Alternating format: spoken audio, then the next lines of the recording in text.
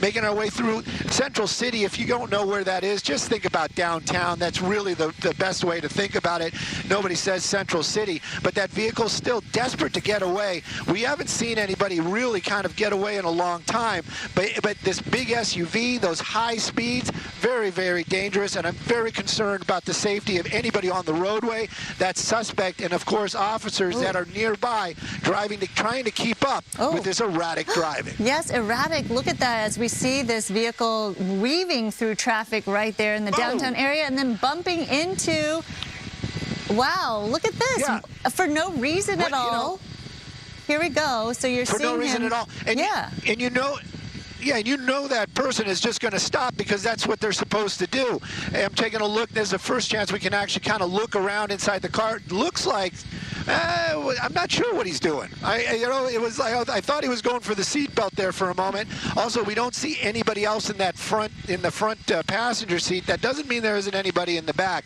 Burglary suspects, sometimes they travel. There's usually more than one, but in this case, it appears to be just the driver. That big expedition is on an expedition today, and keeping law enforcement at bay is what they're trying to do. You can see it now still picking up speed again. I wonder what happened to that civilian. They got bumped twice, as far as I could tell. I mean, right? but why does also... you just got to wonder. Yeah, I'm wondering why he needs to ram into the back of a vehicle right there when he can definitely weave through the traffic and go into another lane and go around cars. Instead, he was bumping the bumper of that white sedan, as we saw, and I don't know what happened to that driver. Thankfully, not a lot of damage. Hopefully they're okay, no whiplash, but you could see the back window, it looks like, of the Expedition down a little bit. But what I'm noticing too, and Stu, you were mentioning the erratic driving of this, but kind of the bouncing nature of the Expedition, the back end is kind of bouncing. Is that because it's going so fast, or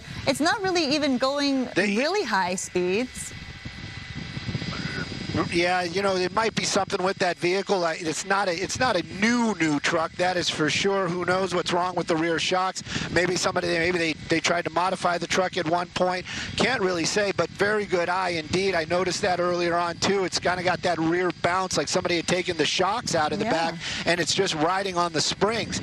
California Highway Patrol, they are still here in force. They've kind of handed it off to other divisions as they're making their way south out here. But I keep hearing them talking about Altadena is the ones that are in it for the go, meaning that it might be their car that they have been chasing the entire time. That doesn't really make sense to me because it started on the 5 freeway up in Santa Clarita, and I don't know, maybe Altadena was following this vehicle at one time, but right now still trying to keep those high speeds up, zipping through passing cars out there. He might be going 57, but look how quickly he passes when he does. Those other vehicles probably just going about 30, maybe 20 miles an hour, dipping back into that emergency lane.